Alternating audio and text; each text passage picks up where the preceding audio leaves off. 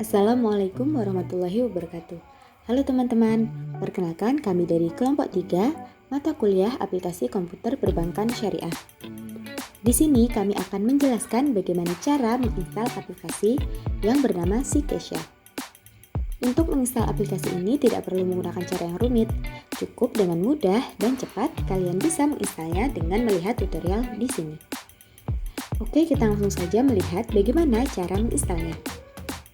Yang pertama, kalian harus menuju link yang diberikan oleh Pak Ahmad Nurfauzi di grup WhatsApp kelas. Kemudian jika sudah terbuka, maka akan muncul tampilan drive seperti ini. Untuk mempermudah, download file menjadi satu dengan cara klik di sini, kemudian klik tombol download. Nah, kemudian di pojok kanan bawah akan muncul menyiapkan download, yaitu sedang membuat satu file zip. Tunggu proses ini hingga lingkaran di bawah ini itu penuh. Nah, jika sudah muncul tanda centang, maka di pojok kiri bawah otomatis akan muncul pop-up download. Maka otomatis file ini akan terdownload sendiri dan tunggu saja hingga proses ini selesai. Kemudian lanjut masuk pada proses instalasi. Nah, setelah kalian selesai mendownload, maka akan muncul tampilan seperti ini. Kemudian buka file tersebut. Setelah kalian membuka file, maka akan muncul folder yang bernama Zcash. Buka saja folder tersebut, kemudian download satu persatu aplikasinya. Nah, caranya gimana? Mudah teman-teman, yaitu yang pertama kalian bisa membuka terlebih dahulu buku panduannya. Dalam buku panduan tersebut, step yang pertama yaitu menginstal JRE6U14. Ini merupakan proses untuk menginstal aplikasi Java. Mengapa perlu menginstal aplikasi Java? Karena jika kalian tidak menginstal aplikasi ini, maka kalian tidak bisa membuka aplikasi tersebut. Nah, caranya mudah. Cukup buka folder tersebut, kemudian klik file Java tersebut tadi, kemudian install. Dan jika sudah muncul tampilan seperti ini, maka tunggu hingga selesai prosesnya. Proses ini biasanya tidak akan lama, hanya beberapa menit saja. Nah, jika sudah muncul tampilan seperti ini, maka klik saja tombol close. Artinya, proses instalasi Java ini sudah selesai. Kemudian kita lanjut ke step 3. Yang di buku panduan itu muncul copy folder Zcash pada folder install ke sistem C. Nah, caranya gimana? Caranya mudah. Cukup dengan cara drag and drop. Yang pertama yaitu buka dulu filenya. Kemudian buka di sistem C. Nah, kalian drag and drop foldernya itu dan masukkan ke sistem C, yaitu dengan cara klik kiri dan tahan serta seret file ke sistem C. Kemudian tunggu hingga prosesnya ini selesai.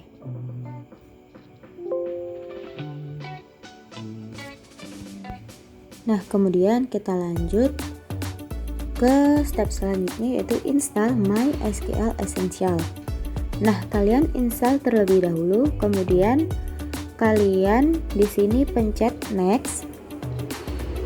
Kemudian di sini kalian pencet custom. Kemudian next. Kemudian di sini kalian langsung ke change. Untuk ini tidak usah diubah. Kemudian kalian cari folder C, folder Zcash di sistem C.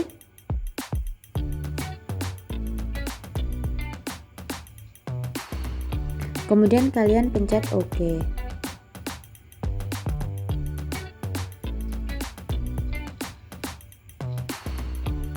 Nah, di sini kemudian kalian pencet next. Di sini kemudian kalian pencet install. Jika sudah muncul tampilan seperti ini, kalian pencet next, kemudian next, Kemudian di sini kalian jangan centang terlebih dahulu. Kemudian pencet finish. Nah, kemudian dalam buku panduan, di sini setelah install dan finish itu akan muncul tampilan yang seperti ini atau yang disebut dengan MySQL configuration. Nah, kenapa kok tidak muncul di sini? Kalian jangan bingung dan panik karena caranya itu gampang banget. Yaitu tinggal buka file Ccasia di folder C, kemudian kalian pilih bin, kemudian kalian pilih MySQL configuration. Kemudian akan muncul tampilan seperti ini, kalian pencet next, kemudian lanjut next, dan langsung next lagi. Kemudian akan muncul tampilan yang seperti ini. Dalam step ini kalian isi saja passwordnya dengan NK. Kemudian yang di bawah kalian juga isi sama dengan NK. Sudah, kalian pencet next. Jika sudah, kalian klik ini, kemudian tunggu hingga semuanya tercentang. Nah, jika semuanya tercentang itu maka artinya berhasil. Tapi jika ada yang salah satu tidak tercentang, maka artinya itu gagal dan harus mengulang dari awal. Di sini sudah tercentang semua. Berarti step ini kalian telah berhasil. Kemudian lanjut ke install MySQL Front Setup. Nah, di sini sudah ada MySQL Front Setup. Namun sesuai dengan developernya, karena di sini itu bawaannya sudah usang, maka kalian harus download sendiri yang namanya MySQL Front Setup versi 6.0 di Google. Setelah kalian install, maka akan muncul tampilan yang seperti ini. Lalu di sini kalian klik next, langsung pencet lagi next hingga muncul tampilan install. Di sini tunggu beberapa detik saja, kemudian pencet launch MySQL dan finish. Nah, step selanjutnya akan muncul tampilan yang seperti ini. Karena di sini saya sudah download, maka saya hapus saja, kemudian saya pencet lagi klik new. Kemudian untuk nama, kalian bisa isi nama sendiri atau nama kelompok. Untuk host localhost, kemudian untuk password NK, dan klik OK, kemudian open. Maka akan muncul tampilan MySQL Front yang baru. Kemudian kalian pencet localhost, klik kanan, kemudian klik new, kemudian klik database. Nah, di add database ini namanya kalian ganti sebagai datasys BMT. Kemudian untuk yang bawah sendiri kalian ganti menjadi General JI. Kemudian klik OK. Setelah itu akan muncul tambahan yang seperti ini. Nah, lalu klik kanan, kemudian import ke localhost atau yang di quick access. Kemudian di sini kalian mencari yang namanya StainSQL. Nah, StainSQL ini ada di local disk C. Kemudian klik StainSQL tersebut, terus tunggu prosesnya hingga selesai. Nah, setelah prosesnya ini selesai, maka akan muncul tampilan yang seperti ini. Kemudian kalian klik OK saja, dan jika sudah selesai itu kalian bisa klik close. Nah, kemudian lanjut ke step yang berikutnya. Untuk step yang berikutnya, kalian masuk ke folder yang Ccasia tadi. Kalian masuk ke folder Ccasia, kemudian cari file yang bernama Ccasia 280114. Kemudian klik file ini dengan cara send ke desktop. Klik kanan, send ke desktop. Setelah berhasil di send ke desktop, maka step selanjutnya yaitu buka aplikasi ini. Kemudian setelah dibuka, maka aplikasinya akan tertampil seperti ini. Jika sudah tertampil seperti ini, menandakan instalasi sukses. Kemudian untuk lebih yakin lagi, kalian bisa cek dengan memasukkan user admin 1. Serta passwordnya juga sama, yaitu admin 1. Nah, jika sudah muncul tampilan Labstein SKA, maka instalasi dikatakan berhasil.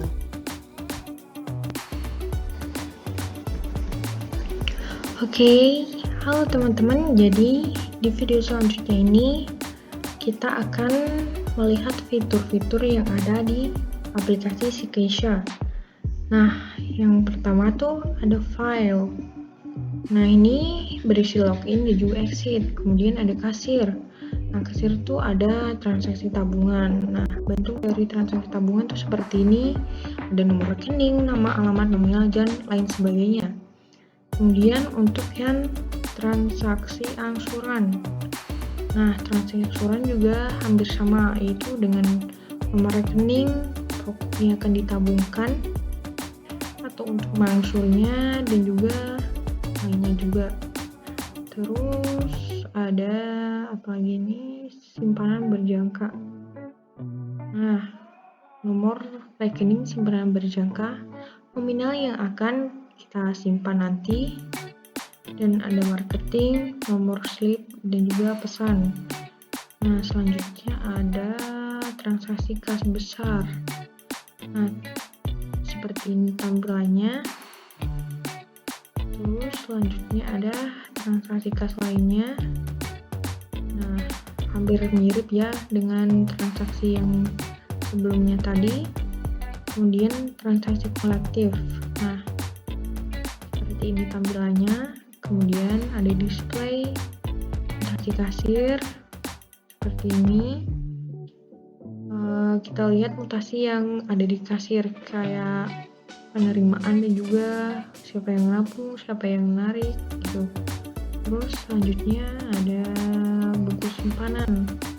Nah, kita bisa mencari buku simpanan atau buku rekening dari nasabah atau anggota kita di sini. Terus selanjutnya ada transaksi PPOB. PPOB sendiri itu merupakan payment point online banking. Nah, isi dari PPOB seperti ini, ada nominal, pendapatan, sisa, sisa, nomor slip, pesanan atau nomor ID. Nah, kemudian di accounting, jurnal kas masuk. Nah, ini versi seperti ini. Terus jurnal kas keluar. Ini jurnal pencairan pembiayaan seperti ini. Terus ada jurnal pencairan simpanan berjangka, hampir mirip, cuma bedanya ini simpanan berjangka. Jurnal umum juga lebih simpel dari yang tadi. Terus ada koreksi transaksi. Nah, perkiraan debit, ada rekening debit, nominal, perkiraan kredit, rekening kredit, pesan transaksi, dan sebagainya. Display. Nah, di display ini banyak sekali fitur-fiturnya, mulai dari buku besar, terus notasi perkiraan, rincian aktiva, rincian pasiva, rincian pendapatan, rincian biaya, arus kas bulanan, print, biaya deposito, display transaksi, laporan keuangan perbandingan bulanan, laporan keuangan pertumbuhan, laporan keuangan perbandingan triwulan, laporan keuangan perbandingan tahunan, rekapitulasi rekening, rincian laba rugi, rincian neraca, rugi atau laba, dan juga neraca. Nah, kemudian di manajemen, fitur-fiturnya juga cukup banyak. Ada opening system, display konsolidasi, berisi tentang buku besar konsolidasi, aktiva konsolidasi, pasiva konsolidasi, pendapatan konsolidasi, biaya konsolidasi, rencana neraca dari konsolidasi, rencana rugi laba konsolidasi, dan juga neraca dari konsolidasi. Nah, selanjutnya ada perkiraan produk simpanan berjangka. Tampilannya seperti ini. Ada daftar jurnal bulanan, ada produk pembiayaan, ada marketing. Selanjutnya ada wilayah pasar, tabel koneksi sistem, user management, restore data backup, tabel pembagi hasil. Nah, contohnya mari kita lihat seperti ini. Kode produk, nomor produk, dan nama produk. Seperti ini ada simpanan mudah simpanan kurban, simpanan pendidikan, tergantung dengan nama dari produk itu sendiri. Nah, kemudian tadi ada